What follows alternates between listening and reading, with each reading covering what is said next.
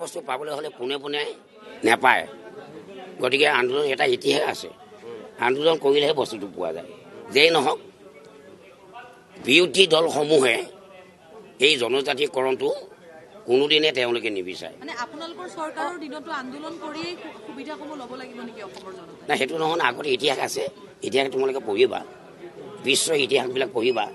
কোনো আন্দোলন নকৰাকৈ কোনো ইতিহাস নাই। আন্দোলন কৰাৰ পিছতহে কিন্তু পায়। সেইটো কথাটো প্ৰথমে কৈছোঁ যে আমাৰ পূব জনজাতিসকলৰ যদি হানি বিঘিনি নোহোৱাকৈ, অনিষ্ট সাধন নোহোৱাকৈ যদি 6 জনগোষ্ঠীক জনজাতিকৰণ দিয়ে মোৰ আপত্তি নাই, সেই কথাটোৱে কৈছোঁ।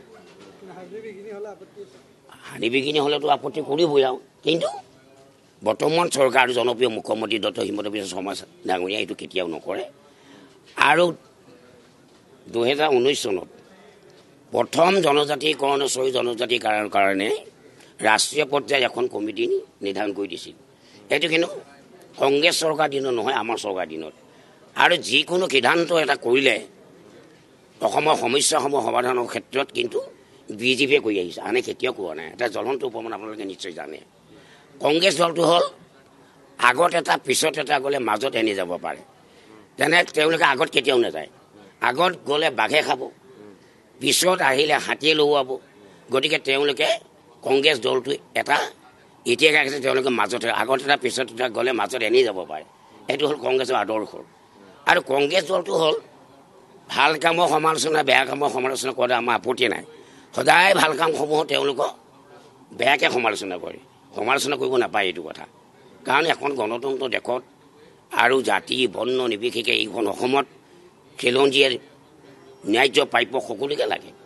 আজি চাওক, আমাক বিদেশীয়ে গ্ৰাস কৰিছে। এনে এটা সন্ধিখনত, এনে এটা সময়ত যদি পূব জনগোষ্ঠীসমূহক ক্ষতিসাধন নোহোৱাকৈ 6 জনগোষ্ঠীক যদি জনজাতিকৰণ দিয়ে, এটা কাৰণেই ভাল হ'ব। কাৰণ এইখন অসমত তেতিয়া খিলঞ্জীয়াসকলৰ ৰক্ষা কৱচ হ'ব।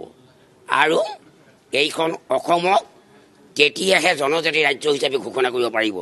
কাৰণ জনজাতি ৰাজ্য ঘোষণা কৰিলে এটা থিয়ৰী লাগে। কাৰণ যিখন দেশত জনজাতি মানুহে বসবাস কৰে, 80% জনজাতি মানুহ থাকিব, তেতিয়া কিন্তু সেইখন দেশ জনজাতি ৰাজ্য হিচাপে ঘোষণা কৰিব পাৰে। সেইটো ভাল হয়। এতিয়া যিটো সন্ধিখন যিটো সময় আহিছে, নাই সেইটো সেই কথাটো সেই বাক্যটো কোনে কয়? সেইটো বাক্যটো বিৰোধী কয়। আৰু বিৰোধী এটা ম্যাদী পত্ৰা আছে, সেই ম্যাদী পত্ৰা আঁচনিখন ম্যাদী পত্ৰা, বিৰোধী এখন ম্যাদী পত্ৰা আঁচনি আছে, সেইখনে হ'ল বিৰোধাচৰণ কৰা। এইটো হ'ল ধাৰাবাহিকতা, এইটো হ'ল গতানুগতিক যে বিৰোধাচৰণ যদি নকৰে তেতিয়াহ'লে বিৰোধী দলৰ নাম থাকিব, হয়নে নহয় কওক? গতিকে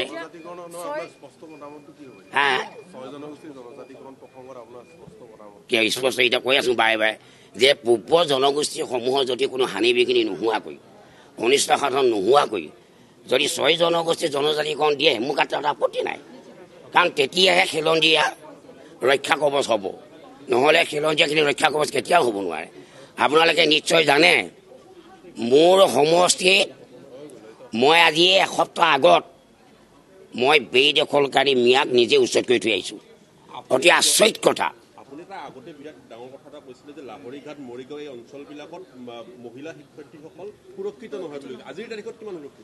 আজিৰ তাৰিখত যথেষ্ট সুৰক্ষিত, সেই কথাটো মই বিধানসভাত সেই কথাটো আনিছিলোঁ, প্ৰস্তাৱ আনিছিলোঁ। কিন্তু আজি লাহে লাহে লাহে লাহে লাহে লাহে সুৰক্ষিত হৈছে। যিমান মই 200 অধিক আনিলোঁ, মানে যিসকলে একদম নিৰাপত্তা নাই, স্পৰ্শকাতত। আচ্ছা, আজি মিডিয়াত এইবিলাক কথা ক'লে অলপ বেয়া হয়।